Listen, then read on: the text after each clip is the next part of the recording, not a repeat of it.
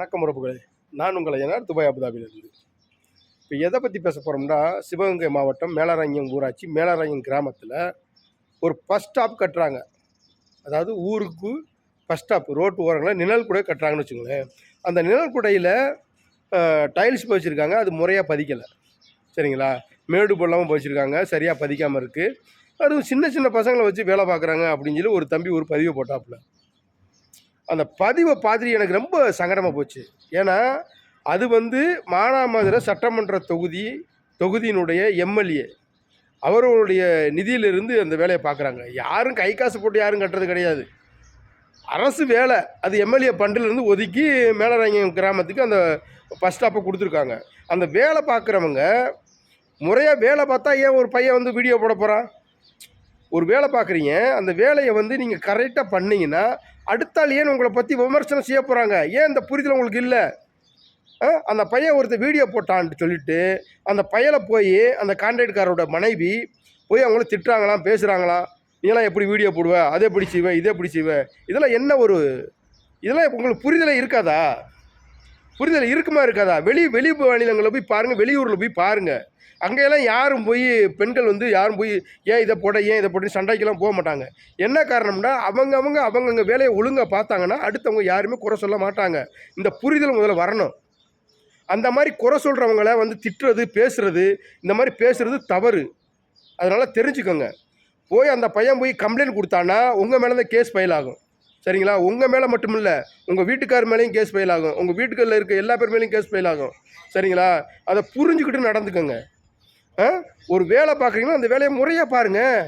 நான் என்ன சொல்கிறேன், இளைஞர்கள்ட்ட ஒரு வேலை பார்க்குறாங்க, அரசாங்க வேலை பார்க்குறாங்க, கவர்மெண்ட் வேலை பார்க்குறாங்கண்டா அவங்க எந்த மாதிரி கல் வாங்குறாங்க, காங்கிரீட்டுக்கு எவ்வளோ சிமெண்ட் போடுறாங்க, ஜல்லி எவ்வளோ போடுறாங்க, மணல் எவ்வளோ போடுறாங்க, கட்டடம் கட்டும்போது களை எவ்வளோ போடுறாங்க, பூசும்போது எவ்வளோ களை போடுறாங்க, இதெல்லாம் நீங்கள் பாருங்கள் அப்படின்னு நம்ம அடிக்கடி சொல்கிறோம்.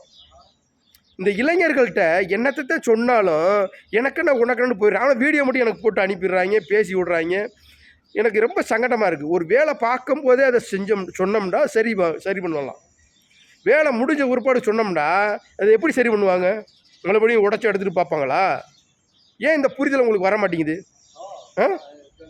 தொட்டி கட்டினாலும் சரி, காம்பவுண்ட் சுவர் கட்டினாலும் சரி, பள்ளிக்கூடம் கட்டினாலும் சரி, பால்வாடி கட்டினாலும் சரி, எந்த ஒரு வேலை பார்த்தாலுமே அவங்க முறையாக வேலை பார்க்குறாங்களா? சிமெண்ட் எவ்வளோ போடுறாங்க?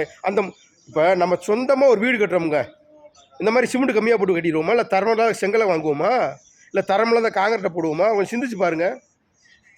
எல்லாருக்கும் பொறுப்பு இருக்குங்க, எல்லாருக்கும் பொறுப்பு இருக்குது, எல்லாருக்கும் அக்கறை வேணும். அப்போ தான் ஊரில் நடக்கிற பொது வேலைகள் முறையாக நடக்கும். இப்போ ஐயங்கோயிலில் பார்த்தீங்கன்னா ஒரு தெப்ப குளத்தில் தடுப்பு சோறு உடல் கட்டியிருந்தாங்க. உடல் கட்டி ஒரு 1.5 மாதம் 2 மாதம் கூட ஆகலை, அந்த உடல் ஃபுல்லாக சாஞ்சு போச்சு. அப்போ இவ்வளவு பணம் செலவு பண்ணி அந்த கட்டி சாஞ்சு போயிடுச்சுண்டா எவ்வளோ வருத்தம் இருக்கும் சொல்லுங்கள் பார்ப்போம். இந்த மாதிரி வீணாக போகும்போது எல்லா பேரும் வேடிக்கை பார்க்குறாங்கன்னா நான்லாம் வேடிக்கை பார்த்துட்டு இருக்க முடியாதுங்க. நான்லாம் இருந்திருந்தேன் ஊரில், கண்டிப்பாக யார் அதில் வேலை பார்த்தா யார் பொறுப்பு எவ்வளோ எல்லா பேரும் கம்ப்ளைண்ட் பண்ணிடுவேன். கம்ப்ளைண்ட் பண்ணி தூக்கி உள்ள வைப்பேன். என்ன பிரச்சனை? ஏன் நீ இந்த மாதிரி வேலை பார்க்குற? முறையாக வேலை பார்க்கலாம்ல? ஓ வீடு கட்டினா நீ முறையாக பார்ப்பையில? கேட்குறதுக்கு ஆள் இல்லைன்றதுனால என்ன வேணாலும் பண்ணுவீங்களா? சொல்லுங்கள் பார்ப்போம். யார் விட்டு காசியாது? தமிழ்நாடு அரசு மக்கள் வரி பணத்தில் கொடுக்குது பணம். யார் விட்டு சொந்த காசும் கிடையாது, எம்எல்ஏ விட்டு காசு கிடையாது, ஐயா மு.க. ஸ்டாலினுடைய காசு கிடையாது. சரியா, மக்களோட வரி பணத்தில் திட்டங்களை ஒதுக்கி பணம் ஒதுக்கி கொடுக்குறாங்க. அந்த வேலை பார்க்கும்போது முறையாக பார்க்கணும்.